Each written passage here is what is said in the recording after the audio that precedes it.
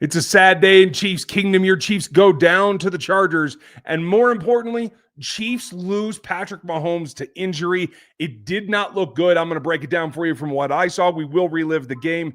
Dan is going to be joining us very shortly, but he's got one little hiccup he's dealing with his camera. So, folks, this was it. This is what they had to have. And I was a little more active on Twitter today. I'm sorry, X. So if you were paying attention, I was telling you down the stretch what had to happen. It didn't. And quite frankly, this is on a little bit of everybody, but this was a game they had to have that they couldn't come up with. This is what's rare about this season versus other seasons is you generally don't see the Chiefs get into this situation. I'm really, really hopeful that Patrick Mahomes did not have ligament damage. It looked bad, but we will run it down when we know more as the post game goes on. We do know that our guy, Tyquan Thornton, is in the concussion protocol. For those of you that are watching on a vertical live stream, this was our first attempt to do this. It will sort itself out here when Dan gets on, so bear with us for just a minute. Want to shout out one of our core members. Thundarius is here. The near worst possible outcome to end the run. Yes, that is legit. Many, many things have gone wrong, but to see them not only lose this ball game, lose their chance at the playoffs, lose their confidence, but then lose Patrick Mahomes, that is insult to injury on top of it. It has to be difficult. And thank you, FLDB. I do. It is available. We just don't have the overlay correct because we were expecting to have two images here. So we'll get back to that momentarily. I'll see if I can configure that in the meantime, and we'll go from there. Lot to cover here because there's just too much. There's just too much to really highlight about what is going on with this team, and more importantly, what didn't go on with this team, because there was a lot that was missing today. A couple of good standout performances from Ashton Gelati. I thought Isapole, though he did get beat by Owe, I thought stood in pretty well. Obviously, the volume of injuries today was just overwhelming for them in the end, something that they couldn't end up overcoming. And I hope that they're able to later. But I'm going to hide this vertical here for a second. Hopefully that takes care of it. Okay, we'll get back to that. If you are watching the vertical, let me know. I'd love to hear in the comments because we're going to try to do that. And Thanaris, you nailed it here. This is the big problem. This is job number one. Now, normally, folks, we're going to go over our notes. I take religious notes. For those of you that have the archive, I'll repost it again in case you haven't. So you can see all my game notes through the year. That's for the members, rookie level and above. Make sure you get in there if you want those. I'm really concerned, and I thought inexplicably to have that kind of play come for Tyquan Thornton on a route where he had to do something he hasn't been doing enough. I've been telling you for a long time about he's got to get where they're utilizing him on crossing routes. They finally did, and he gets knocked out. He is in the concussion protocol. We'll have an update as soon as we get one for you from the post games. Roughneck found the one guy Connor can actually cover, and he's a tackle. Well, sometimes, especially against those Chargers, you have to be able to do that. So that is one checkbox that you want to make sure that you get. Thanks, Roughneck, and thanks for being one of our members. I appreciate you. There are a lot of comments going in here, and I'm really going to kind of run them down. If you want on the show, hit the super chat. Everyone gets an answer. Hit the question marks before if you have a question that you want addressed. A lot of people I've seen post-game like really be riding Gardner Minshew. I don't think there was much he could do, quite frankly, unless it's a situation like this where he literally cannot walk. Patrick Mahomes not ever letting Gardner Minshew into a game anyway. So I know he got 0 reps with the ones this week. I know that it was very difficult for him to come in and be effectual. But kudos to Travis Kelce for trying to pump him up, trying to get the best out of him. The problem was in the end, that throw, Gardner Minshew, you made a mistake. You can't throw off your back foot like that and ignore the fact that you have pressure in your face. That was the problem when it ended up getting there. And here's Dan. So now we are back. This is a follow. I appreciate your comment here. I want to get to Perry, and then we'll get Dan in here. And he needs to look in the mirror. Play calling made no sense. Nothing stacked. Why are we bootlegging to the left now that 15 is done for the year? Staff changes must be made. His stubbornness may cost them long term. They're not going to make any staff changes yet. I'll tell you that. They're going to wait till the end of the season. But the good thing is you're going to have guys on this staff get interviews, and that's going to make some of this transition quicker and easier. And I do think that they have to make a number of changes. I won't say wholesale, but after watching this debacle, what do you think, Dan? First of all, I hope that Patrick Mahomes is okay. And the idea of their season pretty much being over after last week was it's hindsight, right? Probably shouldn't have played with a bum knee. I don't know.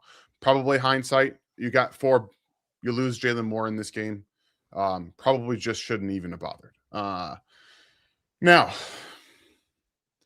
this is probably the most defeating point that we have seen as we've covered the team, and you all have seen as Chiefs fans in a very long time, even going back to the Alex Smith days, because at least they'll make the playoffs. Right. So it's definitely a frustrating position that they are in right now. And again, thank you for the super chat there. But my apologies, everybody. I have a new camera. And if I don't turn the camera off while it's not being used, it has to charge. And that's the only way that it can be usable, apparently. So it was not turned off. So I had to switch back to my old camera. But I don't think that the answer, everybody, is firing Veach or firing Andy Reid. I think that this season shows that it should show the coaching staff, the ownership, that you can't rely on one person to save your season. Right. As much as I know that that's been the thing, right? Like that has been the answer over the last 4 or 5 years. It's been Patrick Mahomes. The team is not built around him to win, and he drugged them to the Super Bowl last year. And this year we're seeing the fruits of his labor go completely ungifted, basically ignored. Yeah. He has done everything, and they refused to help him on either side of the football, if we're being very honest. I'm working to open my game notes because the number of times that I typed and then deleted and probably retyped wasted is far too many, because they wasted a number of things. And folks, this is what you get. I do want to share it with you for those of you that are here to commiserate post game. I appreciate you being here. You have a lot of choices post game, and I appreciate you joining us for it. This is the stuff that just drives me batty. At least you were in it. Let me get it up on the screen. At least you were in it. You were fighting. I will give Andy Reid kudos for one thing. He maintained the balance of the run call. They're going into that last drive. It was still 35%.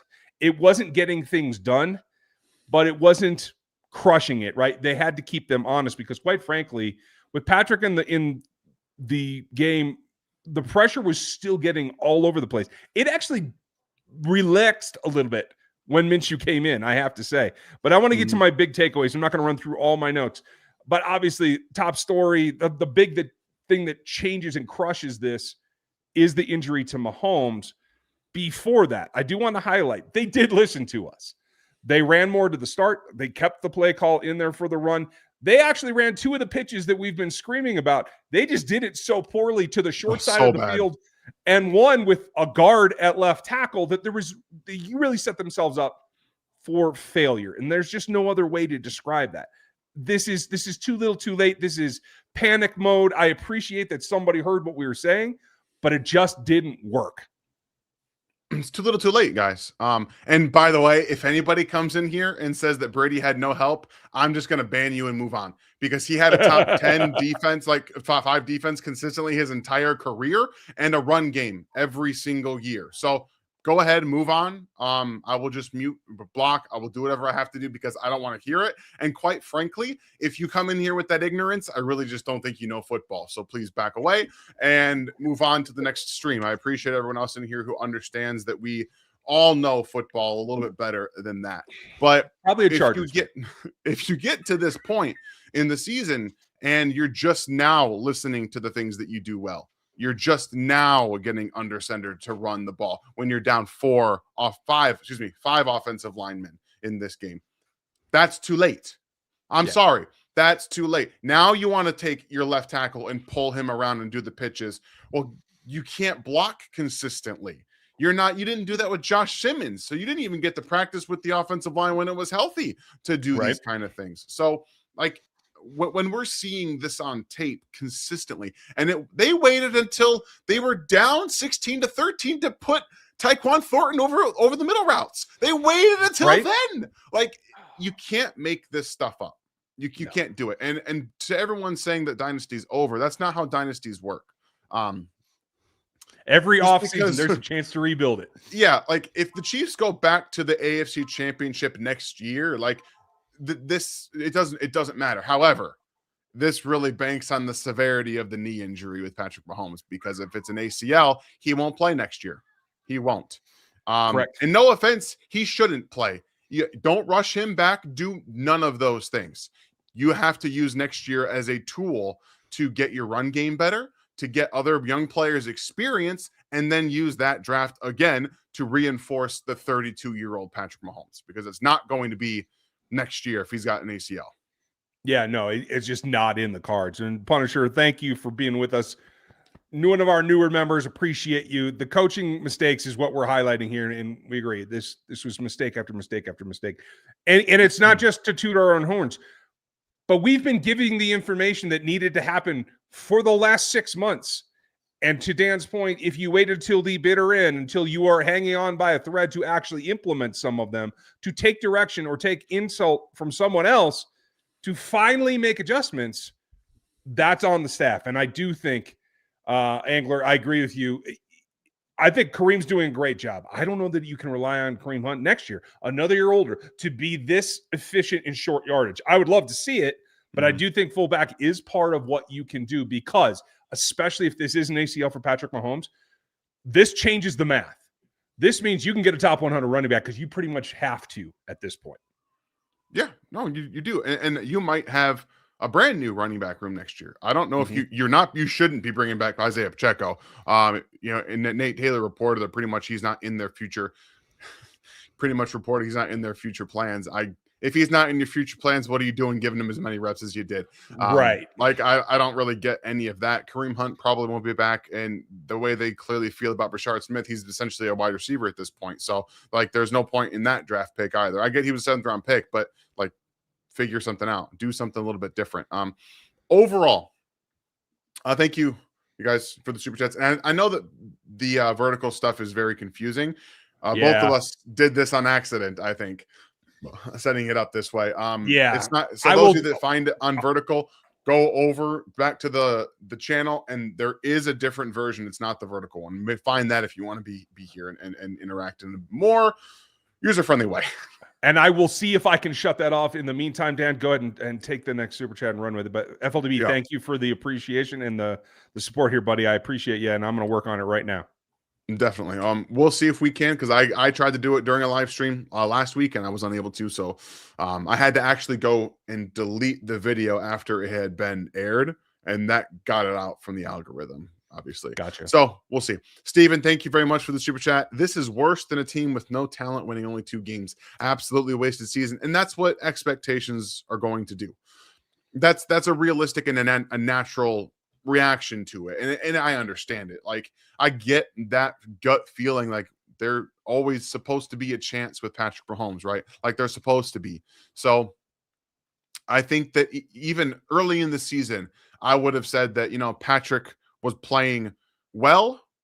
His play definitely started to decline over the latter half of the season, but also because he had no help. Like, there was just no help. And I'm going to say this right now. The Chargers were headhunting the Chiefs in this football game. Oh, yeah.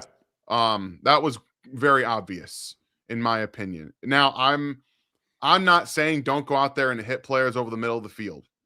I have no problem with a couple of the hits that were there.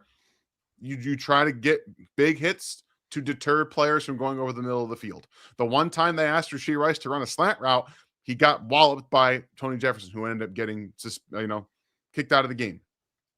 And let's be But real. That go happened ahead. because the ball was behind him yet again.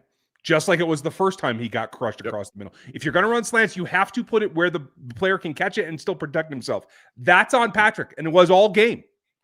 The small inaccuracies this latter half of the season have wasted drives. They've wasted drives. Patrick has been jittery. He has been inaccurate. And yes, there are moments of good play, but by and large, he has been ball placement inaccurate this last half of the season.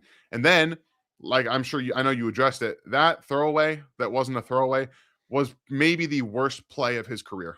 It was maybe the worst play. He knows he has to get the ball away. He knows it, and he just doesn't. That might have been the worst play I've ever seen from Patrick Mahomes, and that is a defeated quarterback, plain and simple. He did. I agree with you. That definitely did look like it. Unfortunately, folks, I cannot disable the vertical while we are live. And given where we are post game, we're not going to shut that off. So if you would, just go back and try to look for the stream. Go to the RGR page, and you should have both available, as I understand it. So apologies for that. Sometimes these new features in YouTube end up not being very good for us. So we will continue. I want to make sure that we get everybody here because I know everybody's hurting. Did you get blessed? I did not see that one, but it was up on the screens. Maybe we missed it. So let's go ahead and read it out for sure. So put Mahomes on IR, get him rest. I don't think that's going to be much of an option. I think that's going to happen when they are playing all kinds of backups. There's no sense throwing him out there, and that's what we've been talking about the last 2 weeks. When you have 40% of your starting offensive line, if they were mathematically limited, I don't think Patrick would have played today. But it also got to the point where you started out with a good run balance, and you got to the point where you were just chucking it up. And Patrick was missing late on too many throws. He had opportunities to thread needles, and if they go incomplete, they go incomplete. You had too many 3-and-outs as it was. Part of this is on Patrick for holding the ball too damn long when you are losing up front. You have to be cognizant and aware of your situation, and that is the number one thing. The big takeaway for me is Patrick's not adjusting to the situation that the offensive line is outmatched and outgunned. This isn't starters, and that's not on him, and you can't blame the offensive line when you have undrafted free agents starting, and at one point on both sides of your line, there's not much you can do. And to an extent, that's on play calling too. I get, again, you're down in this game in large part because of what you were unable to do early. You couldn't sustain drives. You couldn't score touchdowns when you had opportunities. And Jalen Moore came back in this game, ended up getting hurt again. But if you're going to consistently be a team that has penalties in gotta have it situations. There's Andy Reid said it didn't look good. We just got that update. He said it didn't look good. So that's telling you right now, probably an ACL. Which means next year we'll talk about that when we get confirmation. Heartful, thank you for pointing this out. Yeah, go to the channel icon, go to the tab, and then it won't be vertical. You do have the option to select it when you go to the page. Again, sorry, I can't change it without stopping the stream, and that just ruins everybody's day. So we're just going to keep rolling with it. Sorry, Dan. Yeah, no, you're good. It's annoying. Like, it's an annoying thing that they have started to do. So we will make sure that going forward this doesn't happen. But thank you very much, Beyond Blessed, for the super chat. We appreciate, and just thank you guys for being here mourning the Chiefs season as it would. And again, thank you, Steve, for your super chat. Yeah, thank you, Steve. Sorry, that was my click trying to get there. Teddy, you're if good. that injury is as serious as we all think it is, we're going 6-11. If we go 6-11, you must force Andy to totally change the staff, and if he refuses, he has to go. No other option. There's only one person that can do that. His name's Clark Hunt, and I just don't think that he will. That's the truth. I don't disagree with you because I do think the guys that are influencing the play call, I can't say that it is Matt Nagy, but I can say that he and Joe Blademeyer and Andy Heck and everyone else is not correcting Andy from his tendencies. He has lost the ability to have a counterbalance, much like he did in his run in Philadelphia. And you have to get that back. And as much as everybody wants to say Eric Bieniemy isn't coming back. But someone like that, someone that is a counterpoint, has to become a large voice on this staff, if not the offensive coordinator. Absolutely.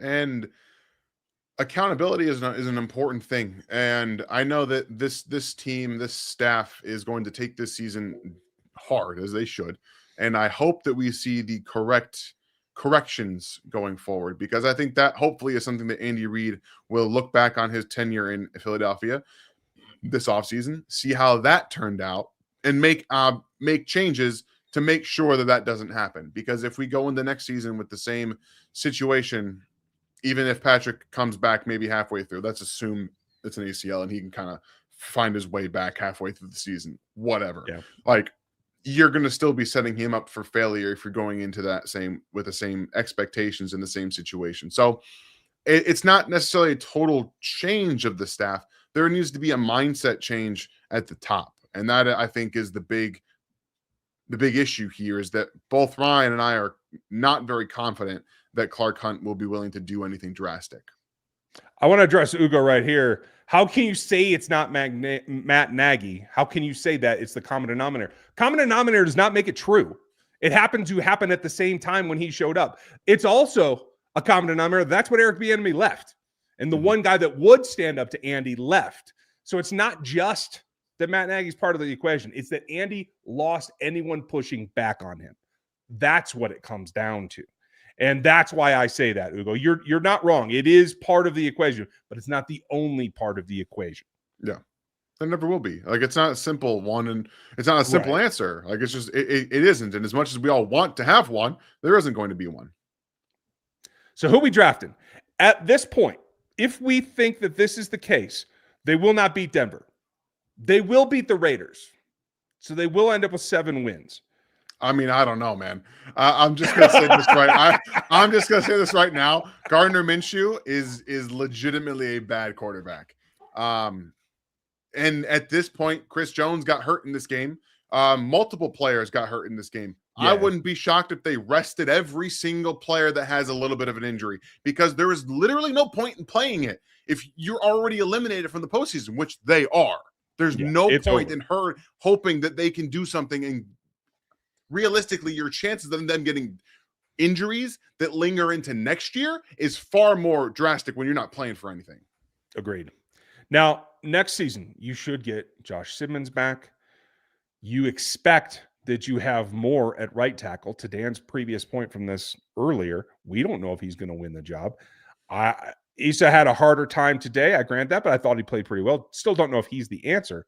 So you must get a defensive pass rusher. Job number one, no question about it to me, especially if you have a top 10 pick, which it looks like this could be.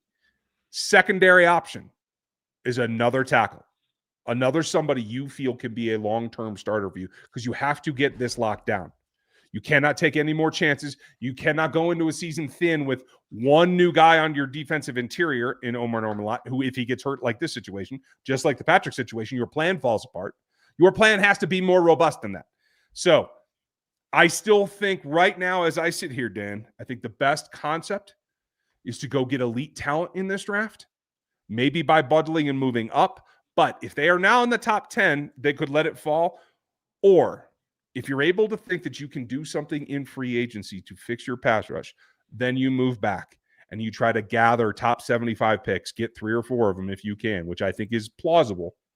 And you try to plug all these gaps that are right now not gaping holes, but are maybes that we can't really see maturing into actual solutions. And that's the thing, right? Like, we're all trying to predict what's going to happen in the future, and I'm going to tell you guys something that you don't want to hear right now, and that's okay. In about 3 or 4 months, you'll sit with it and you'll see. If Patrick Mahomes' knee injury is not serious, okay, again, that is a if. The retool is like 3 or 4 players.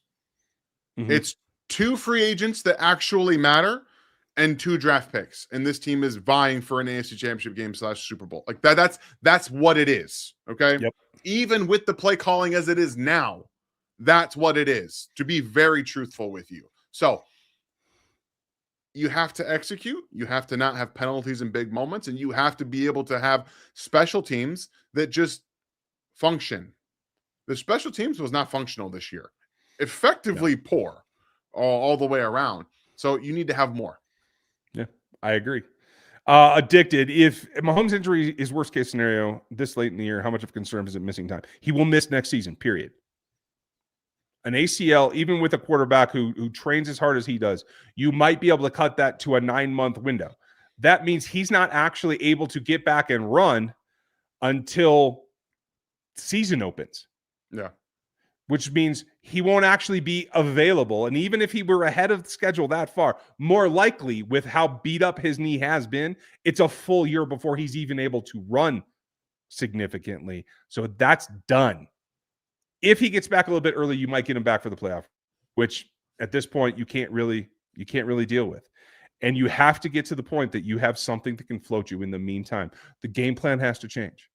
The concept of this offense has to change. And we will know more about that here within the next couple of hours, but definitely in the next couple of days. Yeah. And we will break all that down for you. We promise. Thank you, Addicted. About to see how void of talent this roster is with 15 out. Yeah, I mean, I understand what you're saying, Jordan. However, there's literally 5 offensive linemen not playing. I am not going to be taking a ton of and injuries multiple piling up on the defense. There is nothing you should be taking out of these last couple of games just because Patrick Mahomes is injured. If anything, we'll just kind of see what they have with these young players. And to your point, we'll see who steps up. We'll see who says, I'm going to do something to help this team. I don't think Royals is ready, but he might get pressed into action depending on how Rice is and how Xavier is. They both got beat up in this game. I don't know if that's enough to put them out, but it may be. Thornton likely is going to be in concussion protocol. From that hit, I can tell you. Worthy shouldn't play. He's got 2 injuries. He got almost sustained a concussion in this game. He shouldn't play the rest of the year. Tyquan Thornton, if he has a concussion, won't play. Rashee Rice, if he's not 100%, which doesn't look like he is, to be very honest with you, probably shouldn't play. And then Hollywood Brown, you're not on this roster next year. You're dealing with something personal, which is your own thing. Probably just get Jalen Royal something. He needs to come out here. And now with these last couple of games, if you have a backup quarterback in any way, he needs to start getting up on the offense. He's going to be a bigger part of the offense next year. And if you don't have Patrick Mahomes, guess what? He's going to be playing with Gardner Minshew next year too. So you have to be able to get them on the same page. Yeah, I completely agree with you. I'm getting some Howell love from Texas A&M. They will not draft Howell. His arms are shorter than 31 inches. They will not draft him. They will not draft him. And I saw somebody say that they think Bailey's going to be under 33 as well. Do you know about that? I don't. Okay, fair enough. Rev, hope you're doing good. Thanks for the support. I hope Patty's okay. And I said a few weeks ago, we needed a reset. Football gods apparently agree with me when we retool and come back. I agree with you. That's what they're going to have to do. Retool and get back on track as the little one's ready to relax, huh? She looks well showered and ready for bed. Bye. Night. It's only 5 o'clock, but okay. Yeah, it's 5 How does Dave Toast still have a job, Angler says? Well, I don't know how much longer it will be. It's the best I can say. But Andy is a loyal dude. And so we'll have to just see how it plays out. The worst thing that could possibly happen from this is I do believe that Andy Heck should be fired at this point, but they're just going to say, 5 offensive linemen down. You did the best you could. Yeah. What's your thought on Tobe, though? I'm sorry. That's what I thought. Dave Tobe should also be fired. He needs to be gone. I mean, I thought that earlier in the season, and we're sitting here with the same. I don't believe Noah Williams got penalized properly in this football game, by the way. Not once. I think every single call that was called on him was false. Maybe the illegal hands to the face that kind of flew up there, but whatever. It was away from the play. It had nothing to do with anything. I don't put the whistle in your pocket for that one, buddy. But everything else was nonsense, in my opinion. But everything else, the special teams, is just not coached well. And he's still playing Nico Remigio, who's an objectively now bad returner, apparently. He's just bad. Well, and I think probably the biggest thing that you can say is that Sky Moore has gone to San Francisco and is having career years in every category, every single category. That says more to me than what's happening here, because I think it's just a continued floundering of what you do right now. Teddy, thank you. Do you really think that we need to draft a new right tackle on day one because they need to move off of Juwan and Jalen in order to avoid having to trade Chris Jones? Spencer Fano to KC. I haven't seen Fano yet. I can't tell you if I agree with that.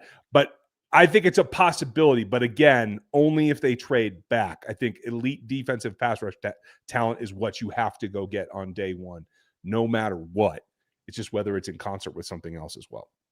Yeah, I think that you probably shouldn't be looking to draft a tackle high in this class. It's not good. It's an objectively bad class. So you probably don't want to go that route. Maybe second round, but most likely free agent acquisition if you can. And you also might end up with Juwan back on the roster next year, to be completely honest with you. Okay, get out of the chat right now, gamer. Absolutely no. Get the hell out of here. Anyone using slurs or anything will absolutely be banned, and you should no longer be on YouTube. So hopefully we can find a way to get you banned permanently, because that's an absolutely ridiculous thing that you just put in the chat. Oh, I'm glad you caught it because I wasn't looking at the chat. So cheers to you, Daniel. What changes can they make on offense this offseason? That's a good question. Play calling made no sense. That's true. They can change that pretty instantly. Can they make a new West Coast offense? That's the question. Because why was Rasheed getting absolutely blasted? It was on screens and the slants that were behind him. They don't practice those things enough to make them effective. So they have to change the way they go about it and not just rely on the super arm of Mahomes at this point, which they won't be able to if this is a significant injury. Not to mention, this is something that Ryan and I were talking about before the show. I'm going to go back and watch Rashee Rice's routes, because almost all of them, especially on early downs, are short. That was the first time that it was a slant, but even if it was a spot route or just running into space right there, he's getting blown up anyway because they see it coming. It's obvious at this point. The predictability is what gave that away and made those hits happen. Could have been significant injury. It may have been to Tyquan Thornton, who I think is maybe one of the best stories of this season in how he's been able to continue to contribute.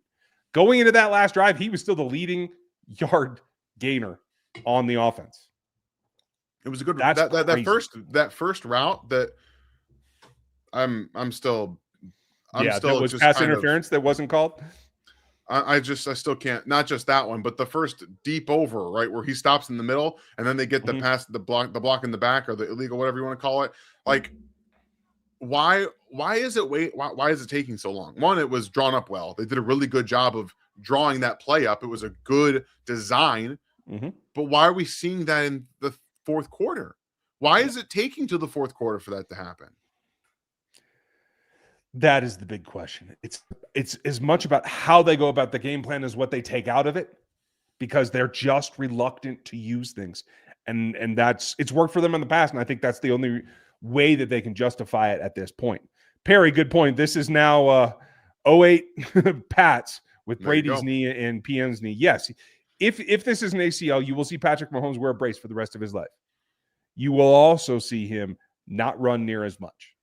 And that is a dimension to his game that has been very crucial, that they're not going to have as much going forward. It's tough. It's tough, guys. Like this is, you try to avoid knee injuries and you try to avoid injuries in general, but you're putting your quarterback out there with a very slim chance to make the postseason and already dealing with a knee injury, as well as multiple offensive linemen hurt. It's hard to take the competitor out of the situation. I fully understand that. Patrick Mahomes was going to play today no matter what. Like, I absolutely understand that. There's nothing we probably could have done unless they were absolutely already out of contention. But at some point, you have to protect the player.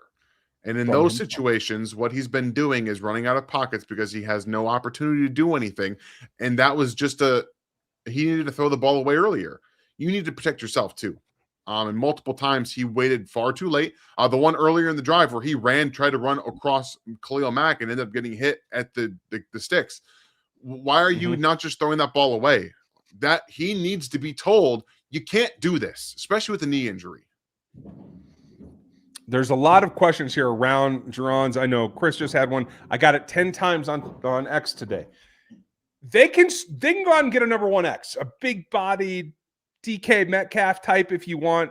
I think if they did go get a big body receiver, they would want him to be a speedy type guy as well. Here's the thing. They will not use it. Andy Reid's offense will not use it. And that's the problem. So it's a wasted pick if you use a first-round pick on a big receiver because they will not be involved in the offense enough. Andy Reid does not run them. Jason Avant was the last big receiver that they actually used. And he was a big slot because they want their X's and Z's interchangeable. They want to move them everywhere that they want to go, and they don't want it. I don't know how to tell people this more succinctly. It is not that it wouldn't work. It's that they won't make it work. Just go watch Chris Connolly, guys. That's all I'm going to tell you to do. Go back and watch the Chris Connolly years. That was an ex-receiver who was a jump ball vertical player with speed who could go and get it. What did they do? They turned him into a possession receiver. I'm sorry, but unless we see drastic changes in Andy Reid's ideology and the way he wants to run his offense, getting a real true X receiver is no cure-all because it won't matter. We've been saying this for years, and the national media people pick up this thing too, and they try to say that this will solve the problems, but it's just not true when you don't know the finer details of the offense and that kind of thing. So at the end of the day, for me, it comes back to a run game. You get a run game, this offense will be fine. The other thing, and to Angler's point, play action from under center. Yeah, they don't do it very often. It wasn't great because it's not part of the offense. It's something they tried to add because they had to. The only good thing that comes from this, possibly, Dan, and just roll with me here because I know it's kind of outrageous. Yeah. And oh my God, we have a ton of super chats to get to, so we're going to hurry up. Yes. Not having Patrick Mahomes is going to force you to do things that this offense doesn't do now because no one else is capable of everything that Patrick Mahomes is unless you go trade for Josh Allen. So it will force you to do some other things like fully turn back play action, full run game with actual planned out more than just offshoots of outside zone. Mm-hmm. It's because of Patrick Mahomes that Andy Reid has been able to stick with this plan. He's going to have to augment it. There's no way around it at this point. Yep. Thank you, Angler. Andy has to tear the offensive scheme down and rebuild it with fresh concepts. Simply simplify and optimize things. Need that infusion of retail, not tangibles. I agree with you in the first part. I don't think you can go away from intangibles, guys that are stand-up dudes that will play for the team. Otherwise, I think this team might have buckled a month ago. That's true. I agree with you. And they keep getting in their own way too. Like, let's not forget that this specific team with the execution issues and the penalties in moments and in the opponent's territory has really hurt them as well. It's not just about the scheme. Yes, Andy Reid needs to look around the league a bit more and add different wrinkles to his offense, like running under center more, like getting your athletic left tackle in space when you have any type of explosiveness, right? You have to be able to do something like that. But they trust in players too much. And unfortunately, I'm not sure that's going to change in the offense itself. But unless Andy Reid can actually look at what happened this year and take any kind of anything out of it, we're probably going to see the same stuff. Unfortunately, I probably think so. Thank you, Black and Gold. Alex, go Chiefs. Time to reset and get some rest. That's fair. I think Kelce's needs to retire. We need new blood, new thoughts. Thank you for that. And let's go out and get the best picks. I like the optimism today, Alex. It's good to see. And I think that will eventually set in here, especially once we know about Patrick's physical condition. So that is a good thing. But it is more than that even. It's not just new blood in the coaching staff, but it's also the coach taking stock of himself. It is self-evaluation. They do it for the players every year. They got to do it for the coaches as well. Yep, I agree. Darnell, thank you, buddy. Appreciate you. I'll look for another one from you. Angler, thank you again. Never forget Harbaugh left college football because to escape suspension. It's a very good point. Beach, I don't understand the game plan on offense. Neither does the offense. That's the damn problem. The game plan is rely on Patrick Mahomes, essentially. Like, that's what we're going to do. Yeah. Do you think Kelce retires? Dirty, great question. A month ago, I would have said no. I am leaning towards yes now. Yeah. I don't think that he has any desire to play next year if Patrick Mahomes isn't going to be his quarterback. I just don't see it. Absolutely not. Yeah. Even if Patrick is, I think he probably calls it quits. But definitely if Patrick is not there, Hell no, he ain't playing. Taylor is calling. Black and gold, thank you again. Too much reliance on scheming and not enough talent or the athletes on both sides of the ball. It makes building a top-notch roster that much harder.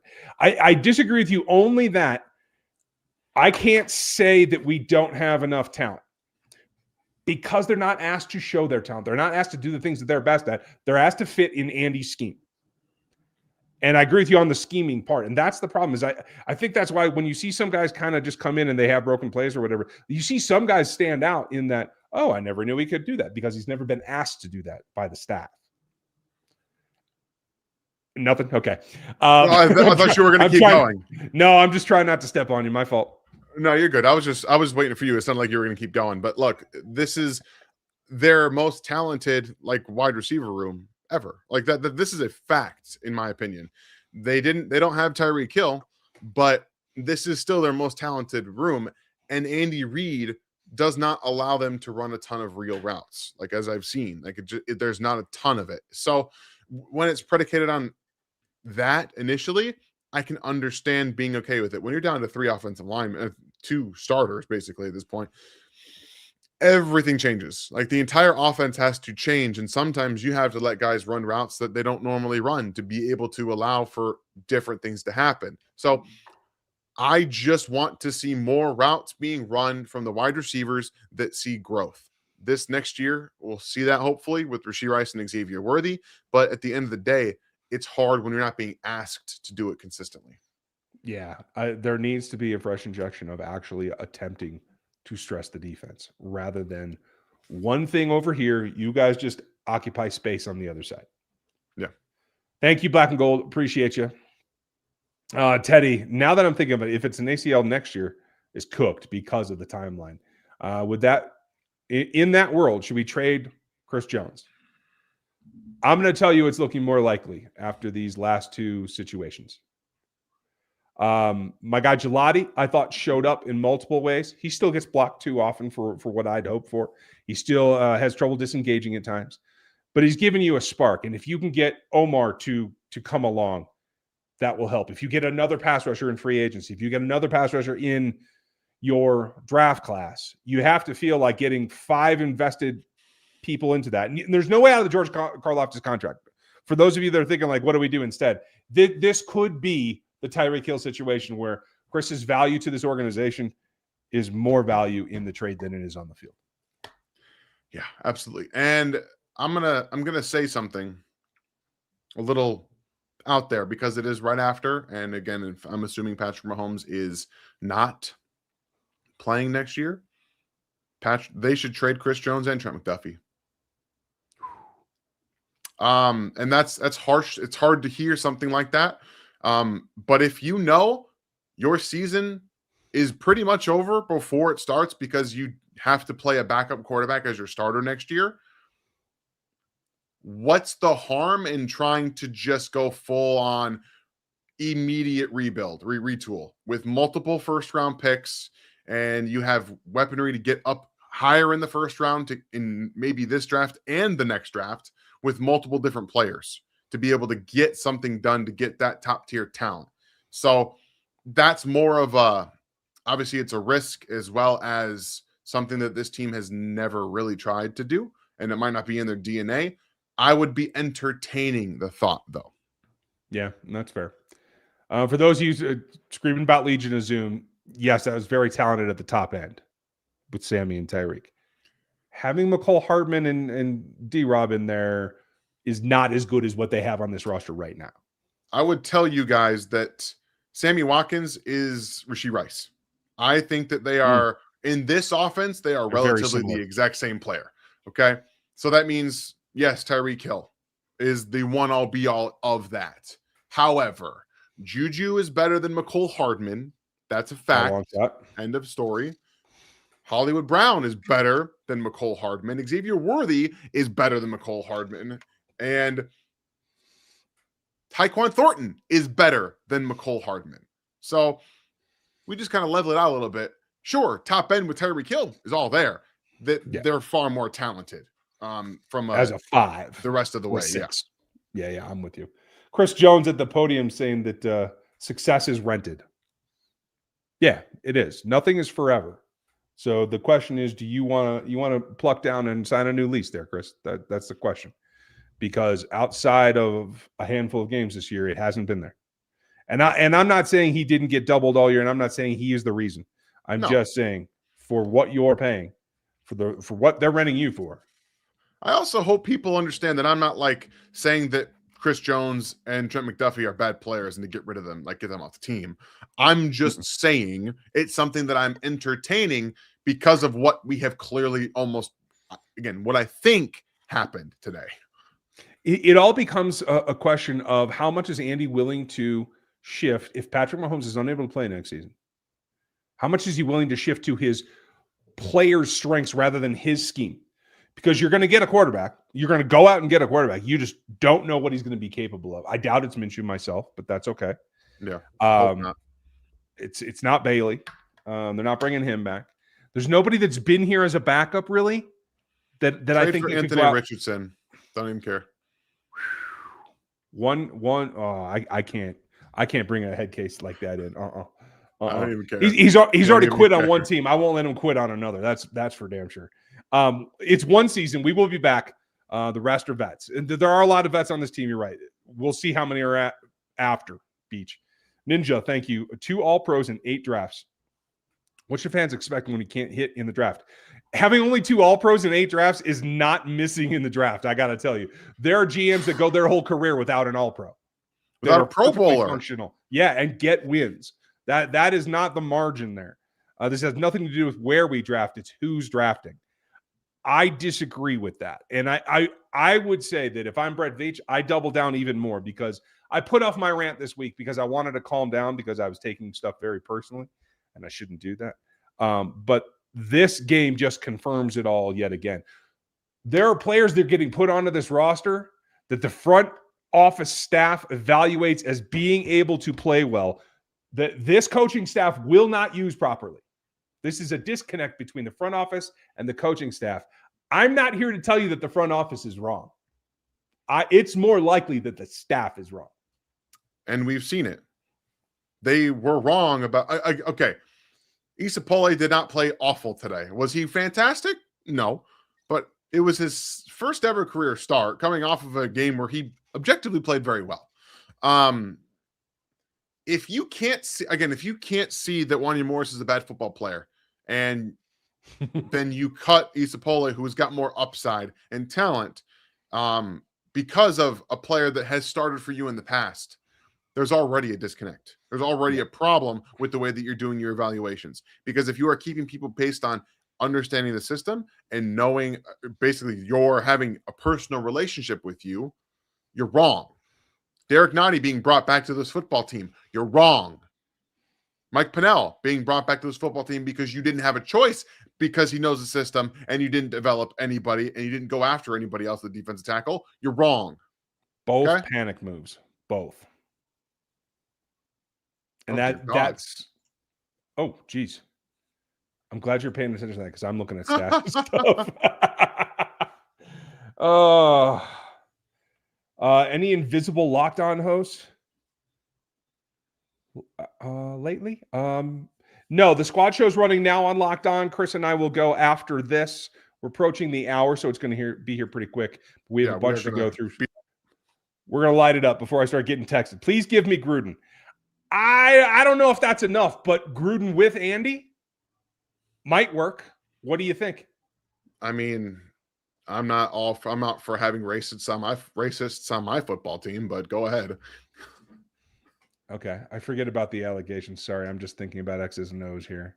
I get it. Like I know from what I've seen of John Gruden, I just don't want anything to do with him. Gotcha. I forgot about that bit. Sorry. Perry, if 15 has an ACL, Trent must be traded, right? Not must be, but it makes it more likely because it could be very difficult to win without Mahomes the way this team is built. If they trade Duffy for a first, do you spend the first on a tackle and the second on a DA or the inverse? Inverse for me. Yeah, I would agree. Your thoughts. Sure. Thank you, Teddy. Uh-oh. Not you. Trying to delete. Trying to get rid of them. Hanneman, thank you. Could this lingering knee injury have causes Pat to be inaccurate this season? Absolutely, especially when he's trying to drive downfield. I do think that is part of it. Shameful coaching and roster building in general. Well, we got to remember, folks, this is a team that just finished a 3 Super Bowl year run, and now they're fighting to be 500. They're not going to make it, but still. I do want everyone to remember what has happened. Like, yes, this season sucks to watch. It eventually, right? They weren't going to make the postseason, or they weren't going to make the AFC Championship game. They weren't going to win the division. These things were going to happen at some point, right? Have fun. Yeah, give it a shot. What an idea. Maybe the lifting of expectations will help as well. Rev, thank you. Is there any possibility that we can steal the offense that McVay runs and incorporate it into our schemes? No. Only if you fire Andy Reid. That's the only way. Correct. He might take a concept or two, which I certainly would welcome, but you're not going to scrap it for that because Andy just won't do it. He is a holmgren Bill Walsh disciple. That's just the way it's going to be. Does this guarantee Kelce is done? Nothing guarantees anything, even in the 3 years that you've been here, Beyond, and I appreciate you for being a member that long. Thank you. Nothing guarantees anything from Andy. If I had guarantees, I would probably use it to make some money by doing this, though. Underdog just dropped prediction markets, spreads, totals, and team outcomes. And the best part, you can combine them with player picks for bigger multipliers. It's available. You could sign up today with the code RGR Football and make a $5 fantasy entry to get $100 in fantasy bonus entries. Prediction markets are live now in 25 states, including Texas, California, and Florida. And Underdog is available in over 40 states with player picks and draft games. Prediction markets, player picks, all on Underdog. Yes, we have sponsors, so we run them, Iron Man. If you don't want to listen, feel free to step out of the chat. Not a problem. Please. I don't need that aggravation. Pat hasn't played like that, like the best player in 2 years, and that's fair. There have been a lot of circumstances around that. My question becomes, how much of this knee has been bothering him all season that we didn't know about? That's what I get into is, has everything that we've been looking at and complaining and understanding about Patrick's current play, how much of that has actually been shaded by what we weren't aware of? I mean, who knows? Like, that's the hard part, right? That's the hard part about anything, is that knowing what he's playing through and everything like that. But at the end of the day, guys, until the Houston Texans game, it wasn't enough for Patrick to be actually impacted on the sideline. He was impacted on the sideline in that game, and then today we knew he was coming into it doing that. So all the while we understand that players play with injuries, and there's going to be some that aren't as bad to play through, and Patrick has played through injuries every single year pretty much of his career. High ankles every year almost. So we got to remember that he's been able to push through most of it for every single season, and they've been good enough because of it. I will disagree with you on a little part of the last 2 years, however. He has been he was the best fourth quarter and third down quarterback in the NFL last year, bar none. There was nobody better in those situations. But this year he hasn't been. And that's what we're kind of seeing derail his play. And then when everything else crumbles around him, it's hard to hold that up. Iron Man, I went 50 minutes before we even ran an ad. So give me a break, will you? Go hang out and watch another one if you want to. I just gave you 50 straight minutes of hard answers to questions. I don't know what else you're going to get elsewhere. So, hey, if that's bad, then that's bad. TD Catcher, thank you. Is this an opportunity? This is an opportunity to trade both Chris and McDuffie if Pat is gone for the year and get younger and build through the 26 and 27 drafts. It is an opportunity. What you have to evaluate is, does that actually make you better for when Patrick's on the field? Now, there's a miracle afoot too. If Patrick has not torn anything, if he's got strains, if he's got stretched ligaments, that's great. That's great.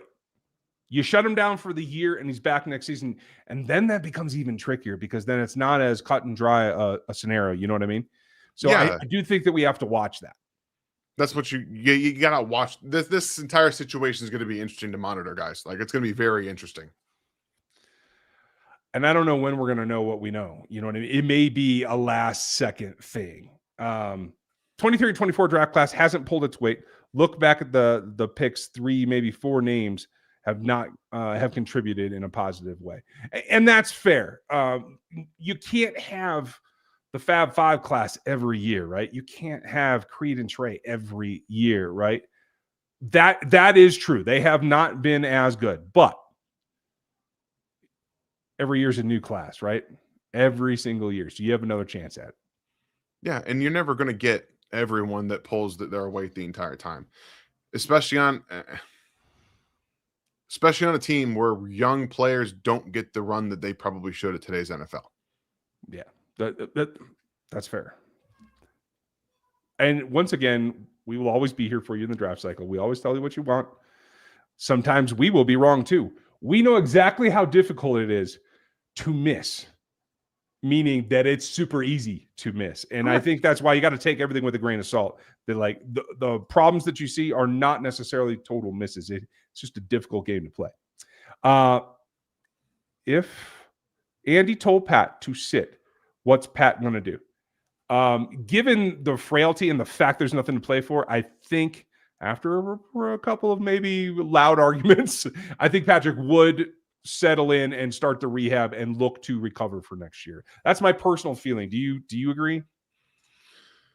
No, no, sorry, I do agree. I think that this is, you have to look at the grand scheme, right? He's got to be able to look at the grand scheme. If he's going to be, say it's a knee sprain, right? They say that he's going to be okay, right? Eventually, you have to look at the grand scheme. You can't go in here and play and think that might have been something, had their chances been slimmer and almost not directly keyed into the outcomes of their own football games, maybe we see a little bit of a different story, but I don't know, man. Steve, tell me you're a Jeremiah Cook Love fan without telling me you're a Jeremiah Love fan. I get it, but again, unless the coach changes, the running back is never going to be the focus of the offense again, and I think you would have to. Even if Patrick were to miss next season, I don't think Andy would change his ways that much. I think, and I hope that they learned their lesson with Clyde. Cross our fingers. Everyone besides Mahomes should play. Coaching staff and players, fresh start on special teams. If you don't retool, you are Sporting KC. I don't know enough about Sporting to know what exactly that refers to. Do you, Dan? Okay, because I was like, I'm not paying enough attention to soccer. Sorry, I almost said football, but I know it's not. Clean Air, thank you. I appreciate you. You're going to have to tool me up or school me up on what that actually refers to them doing. Man, I miss Watkins, Robinson, and Pringle. Yes. Thank you, Shepard. I mean, I miss a healthy Sammy Watkins, but I don't really miss DeMarcus Robinson holding the football like a loaf of bread, and Byron Pringle, who probably could have been okay, but at the end of the day, he was a possession receiver. Like, I don't know. Not a game changer. Made a couple of nice plays, but not a game changer. Yeah, for sure. How much you start thinking about Mahomes' play might be changing? It's a good question. It depends on the severity. Honestly, it depends on the rehab. Some ACLs, and if it is an ACL, this looks like it possibly an LCL PCL combination because it was a hyperextension. Sometimes that'll get the ACL as well, but generally, if you don't have a shear force that is either a twist or a forward, generally doesn't lead to like nerve damage along with an ACL, which is the thing that really changes the way that athletes run. And so I'm hopeful that none of that is true, and maybe that means that as long as he is careful and doesn't push too hard to return, I know Bobby will do a good job. I know the chief staff will do a good job. I would think he would be able to come back and maintain his style of game. Do you? Yeah, he's going to be okay, I think, in the recovery department because of everything he's done to this point in his career, everything that he does with Bobby. I'm not that worried about the recovery aspect. It's more about the timeline if it's a serious knee injury. Like, that's the only thing I'm really worried about. Yeah. Alex, if anybody's celebrating Mahomes, then they're just block and not move worth on. your time. Yeah. Block and move on. Teddy, I think people, myself included, just want to have them have a dominant wide receiver again, not necessarily a big body stereotypical X. Okay, well, yeah, I certainly agree with that part. My concern is I think you have that ability in both Rasheed and Xavier, and yet they haven't taken a step forward. You can say it's because of the protection. You can say it's because of the quarterback. You can say it's because of the scheme. But the fact is, I expected more from X. The injury set him back. The second injury set him back farther. They have to rehab him. I think X can be the next version of Tyreek Hill in terms of being the thing defenses have to take away. I think that's fair. And again, the almost concussion was an inaccurate football. Trent Green was like, I have no idea what happened. Did you watch the play, Trent? He threw the ball way out in front of him. He had to like dive for it. Like we're in this situation because a lot of what we're seeing, like we talked about, is the ball placement inaccuracies. He wasn't smooth, and I don't blame a ton of it on him because of the offensive line situation right now and how he's gotten no help to this point. But you also have to give you guys a chance. You do, and I think what we're seeing post games, the locker room access is just about over now. Both Travis Kelce and Rashee Rice not commenting, not available. Like they understand just what a wasted effort this season has been to this point. And I don't know what that means and how they address it, but at least they're aware of it. And they're not acting like a lot of teams do at this point where they're out of the playoffs. I'm like, okay, whatever. I'm just going to get my game checks and go to the offseason and relax. You know, like this team still cares. And that is part of the battle. I will say that. We're done trying to hurt people.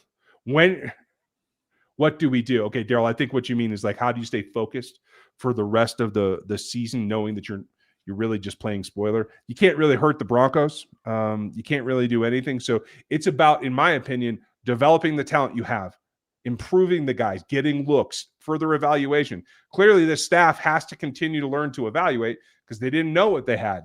They were reluctant in Tyquan. They were reluctant in giving Smith enough significant carries. Maybe Smith becomes the focal point. I don't know. What do you think? I don't think Smith will be a focal point. No. I don't think that they have any interest in playing him at running back. It's very obvious in my mind that that's not what they want to do. So when you're refusing to allow a player to grow, while like we're seeing that in multiple different spots, like players aren't being asked to grow properly when they should be. And I think that's a bigger area of concern than even play calling in my opinion. I mean, and there's another example. Wiley was inactive today, yet you didn't target Robert Tonyan. What's the point? There isn't any. There isn't, and that's the problem. Steve, this is back to the Jeremiah Love. Love's a top 10 player in my mind, at least from everything that I've seen. Am I wrong? No, not at all. Okay, cool. Just making sure I'm not out in left field. Because running backs will be the last thing that I look at, folks. Let's get ready for the offseason. Go Chiefs. Thank you, Kenneth. I appreciate a little positivity here. That goes a long way. And Rev, building off of black and gold, can we steal from McVay's offense? Yes, they can take concepts. They do, in my opinion, Dan, have the personnel that they could run some of those concepts. Do you disagree from what you've seen and studied on McVay's? Not at all. This offensive line, when it was healthy, could have done a lot more in the run game. If it was asked to do more, you absolutely could have. But the problem is that Andy Reid didn't trust the running backs to run outside zone, and you saw it today. Kareem Hunt had an opportunity to get a big play on outside zone. He got caught. If that was Bashard Smith, you're getting 5, 6, 7 yards. You might even break it because you had blockers out in front of him. But they couldn't get to the edge because it's Kareem Hunt, who doesn't have that anymore. He just doesn't. And Pacheco is a wasted outside zone runner. Just a waste of a play. So the offensive line can do it. They just need the infrastructure in the running back room to be able to execute it. And I do think they can do that, as well as running more duo, things that you can within healthy offensive line. I think duo is perfect for this, perfect change up for this offensive line and offense. Yeah, and I think we'll help them get going as well. Naked through the defense. Not a visual I needed, Rev, but thank you, buddy. Appreciate you. Cheesehead Callie, nice or in Callie, I'm guessing. Thank you. Welcome to the memberships. Appreciate you. Let's see. We're going to wrap these up in the last few here. Faithful. Why wouldn't Andy adjust to the offense or play Smith or Thornton more? With the wide receiver talent seems a waste, especially with Mahomes. I agree, but it's almost as though they played down to their expectations. I don't know. Maybe Josh missing those games in the middle of the season really threw him off. I don't know, but nothing ever seemed to solidify after he came back. Much so that I don't even notice the difference. They're as bad today as they were with Josh, really, in terms of like hitting players on stride, getting the ball out on time, doing the things that we've told you that were necessary for them to get wins. I don't have an explanation for it. I just wonder what they're practicing, because based off of what we saw this year, they were practicing bad habits. That's one of my conclusions is if you're consistently having penalties and moments that you don't want them to, if your play calling this is this way, if you're having your defensive coordinator say in training camp and preseason, we don't get much practice against the run because the offense doesn't do it, you're practicing bad habits. And that, I almost did it. And that stuff comes out big. That stuff comes out big in games when you're going to have an opponent that will just beat you up. And that's exactly what the Chargers did. They went and they beat them up. Yeah. I'm going to set up the rest of these. What are your draft priorities? Point blank. Thank you, Faithful. Thank you. Appreciate that, Faithful. And thank you, Luis. My apologies. There are quite a few of them, but I think defensive end, a real true defensive end, has to be a top priority. I'm going to say corner as well, because I'm not, at least one of Jalen Watson and Trent McDuffie isn't in Kansas City next year. At least one of them. Yeah. I don't think both of them are there. You probably won't have Christian Fulton because he got that contract, but they didn't play him at all. So he's probably gone. You're going to have to add a corner to that room. And we're talking about a first and second round that is deep in corner. So I think that will be a priority as well. On the offensive side, I don't know. Tackle might be another priority. On day 2, it might end up being a priority. And tight end, absolutely. Tight end and running back are both priorities. It gets thin pretty quickly if you have the room, the pick slots that the Chiefs do. They don't have a ton of picks this coming year. So the priorities start to run out. Yeah, it gets pretty dry pretty fast. Appreciate you, Luis. Thank you. And I wanted to hit Crimson real quick. Sorry, I don't have super chat money. Don't you worry about it. Happy to address your point. Just want to point out that the deep playoff runs over the last 8 years have basically amount to an extra season on everyone's bodies. And you have a critically important point here, Crimson. Thank you for bringing it up, and thank you for your patience. That is part of it. And while I do see the frustration, I can also understand how guys like Chris Jones and Patrick Mahomes and Travis Kelce can be like, okay, finally I'm going to have a regular offseason where I can get some rest. They're not going to get as many endorsements. They're not going to film as many commercials. They're going to fall off the top of the mountain, and that may actually be a good thing for everybody's career longevity. Hopefully. That's all I can say right now, because I don't know, but we have talked about that point, but thank you for bringing it up again, because I think it's important to keep talking about. Absolutely. Glad I can behold the segue. Yeah, thank you for holding it up. Beyond, you took care of it, to tell you the truth. Haven't had a 1,000-yard rusher since 2017. We will hit the 10-year mark. Total negligence. Well, Jordan, I agree with you, and you know how much I want to run the ball, but I've resigned myself that coincidence with Andy Reid is never going to allow that to happen. I don't think they'll have another 1,000-yard rusher. I just think it was the combination of Patrick Mahomes and Andy Reid. If this was a different quarterback, then I think they would be looking to do it. But realistically, they need to have an 800+ yard rusher going forward. They need it. Nevis, thank you. You don't bet 1,000, but very good. Nobody's perfect, but your plans are better than what I see on the field. Well, we appreciate that, Nevis, and we're going to keep telling you the plans because we're happy to help. So, I mean, all we can do is tell you what we see. We'll see if the team listens. Jesse, thank you for the super chat. Detrimental amount of stubbornness from Andy. Short of Clark laying down the law, why would we expect anything different next year? That's the problem. Although I will say this, after getting to the mountaintop multiple times, Andy spent decades trying to get to Super Bowls. It's probably a bitter taste in his mouth too, that his plan or his confidence to do X, Y, or Z didn't work out. So maybe he'll go back to the well. That's all I can hope. I personally, that's interesting. Well, okay. So he personally has an opinion. We're going to tell him that. He's going to tell you that when he gets back there, Jesse. He's probably going to mess with that for a minute. So I'm going to take this other one, and we're going to wrap it up here. Kenneth, what do you think of Chu Godric? I know I misspelled his name. Thank you for the super chat. And I think that he put a valiant effort out there. Is he a starting caliber player in this league? No. Is he a producible backup? Maybe, although I wouldn't even say that he's there yet. He was a break glass guy. And they needed to break the glass. So good for him for standing up to his occasion. I'll have to look at the film before I'll be able to tell you, like, if he's actually able to contribute going forward or not. My gut is probably not, but stranger things have happened and stranger things will come around. So I can't say never. But since Dan is still having some technicals here, Jesse, the only thing is going back to that prideful kind of, hey, I don't want to be in this position again. My legacy is on the line. You're only as good as your last season in the memories of the fan bases. Now, the writers will change things. These are two Hall of Fame people we're talking about, Andy Reid and Patrick Mahomes. That pride's got to kick in as well. And I hope that means that while I do think Andy is slowing down personally, I think he's showing his age a little bit. I do think he's got to be able to delegate better, and he's got to be able to input better, to take ideas from others. And that's the key to him continuing down this path and being able to evolve still. Sometimes there's that thing about new tricks with old dogs, but sometimes they are able to continue to grow. Let's hope that that's the case here. I hope that it's the case, and I thank everybody for all of your attention dealing with my ads and everything else that we did today, as well as our technical difficulties. Sorry about the vertical stream thing and that not working out. Not my favorite aspect of it, but this is a tough pill to swallow. The Chiefs are not going to the postseason, but we're going to break it down for you on Locked On Chiefs next. We'll be up there in a little while.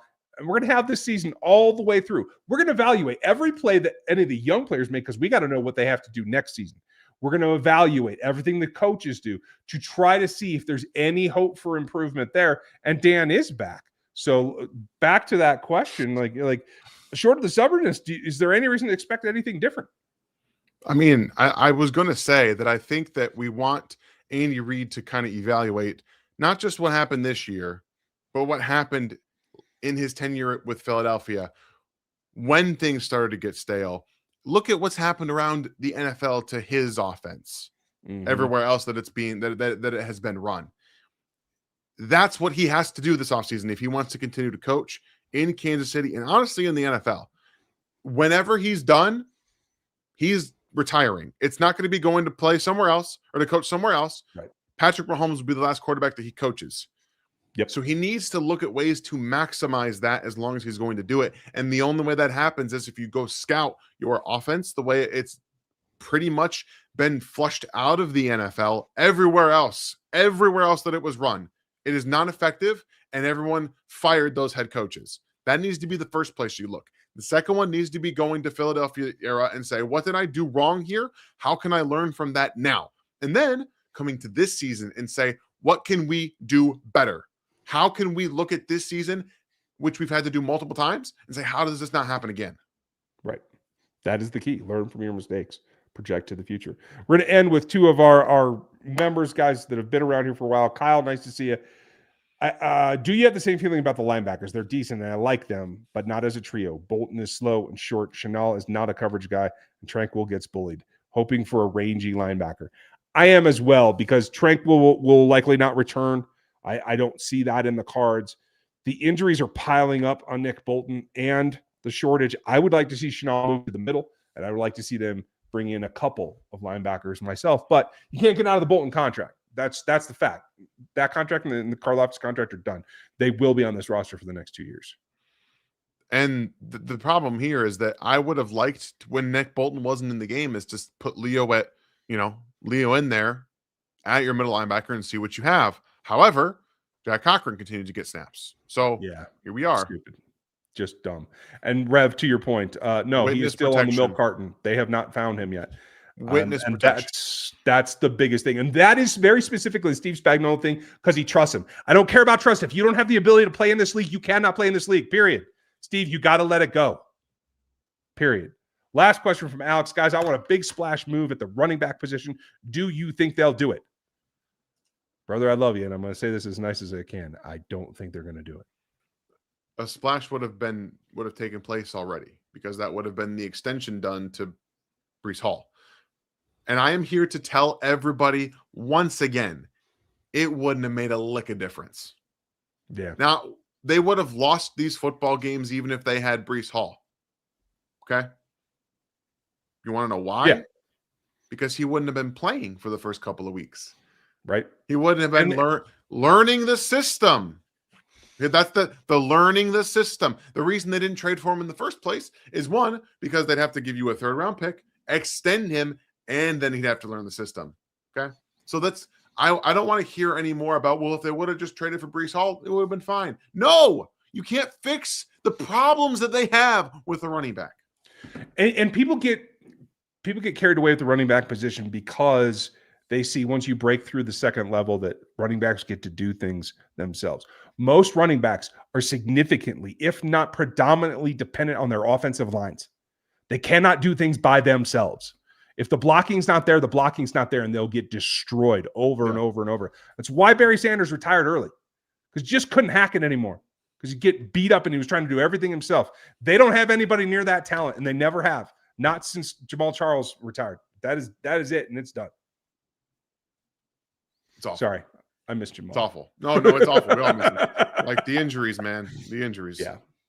All right, they are calling me for Locked On, folks. We'll see you over there live in a little bit. Thank you for your time. Daniel, thank you for letting me not get too far out on a limb. I appreciate the rope.